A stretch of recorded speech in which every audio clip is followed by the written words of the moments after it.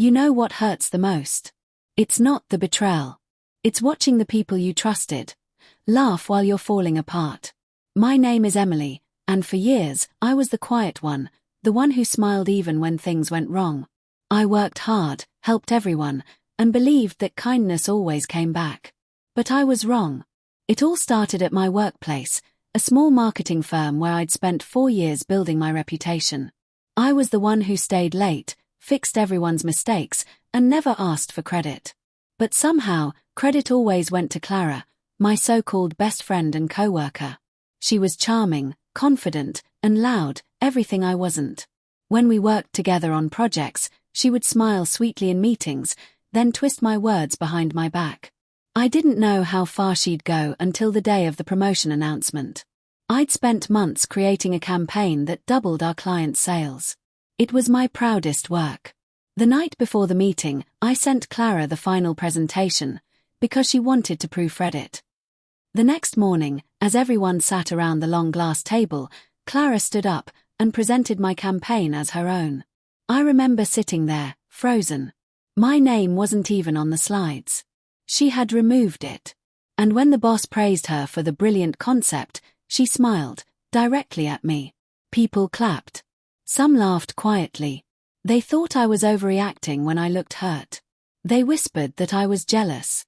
I stayed silent, because I didn't want to cause a scene. But something inside me broke that day. It wasn't just Clara. It was everyone. My colleagues ignored me.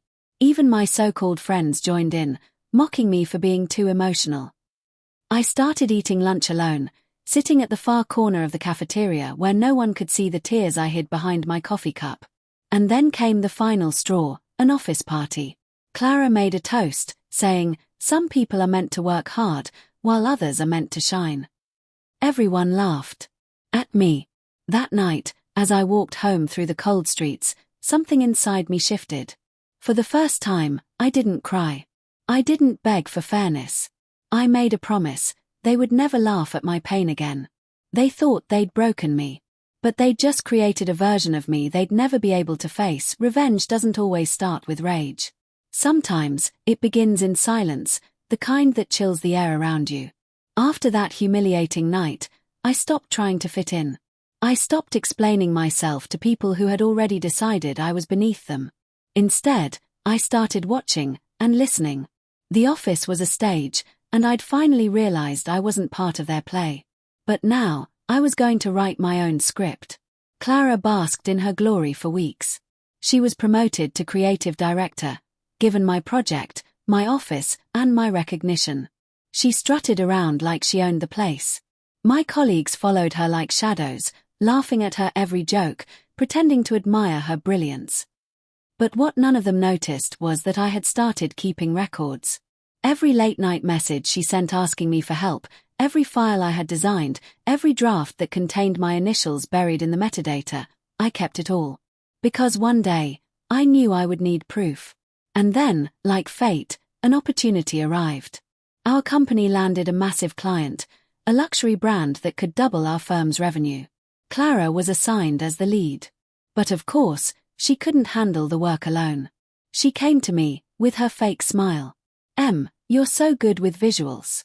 Can you help me polish the design before the client meeting?"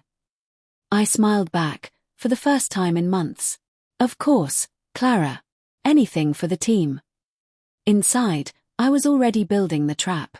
Over the next 3 weeks, I worked day and night, creating a flawless campaign. But this time, I didn't just design. I built my name into the work, invisible, yet undeniable.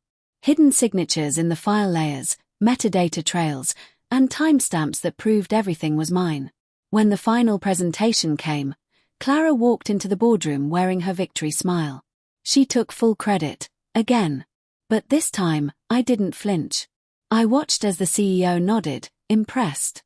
Then, just before she could finish her speech, he turned to me. Revenge, when it finally comes, doesn't always roar. Sometimes, it whispers. And those whispers echo louder than any scream. After the presentation incident, the office atmosphere shifted overnight. Whispers about Clara's mistakes spread like wildfire.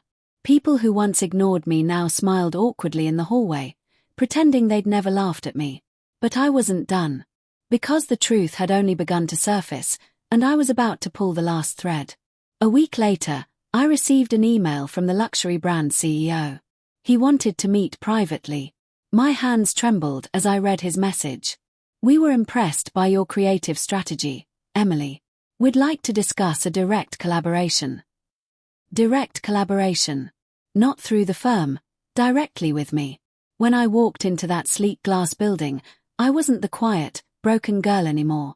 I was calm, composed, and finally seen.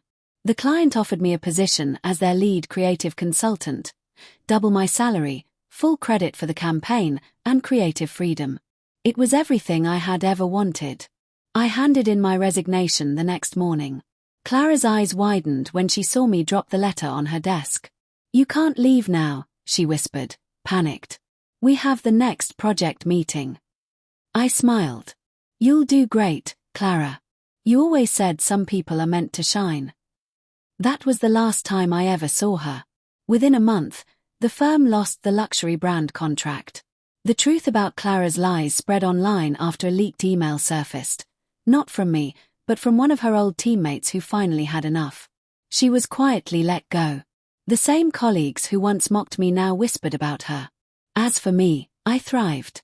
I bought my own small studio, hired a few kind people who actually believed in teamwork, and built something I could be proud of. But the sweetest part of my revenge wasn't success. It was peace. I realized revenge wasn't about making them suffer. It was about taking back the power they once made me believe I didn't have. I didn't need to humiliate anyone. I just needed to rise so high that their laughter couldn't reach me anymore. Now, when I look back at those days, the whispers, the laughter, the loneliness, I don't feel pain. I feel gratitude.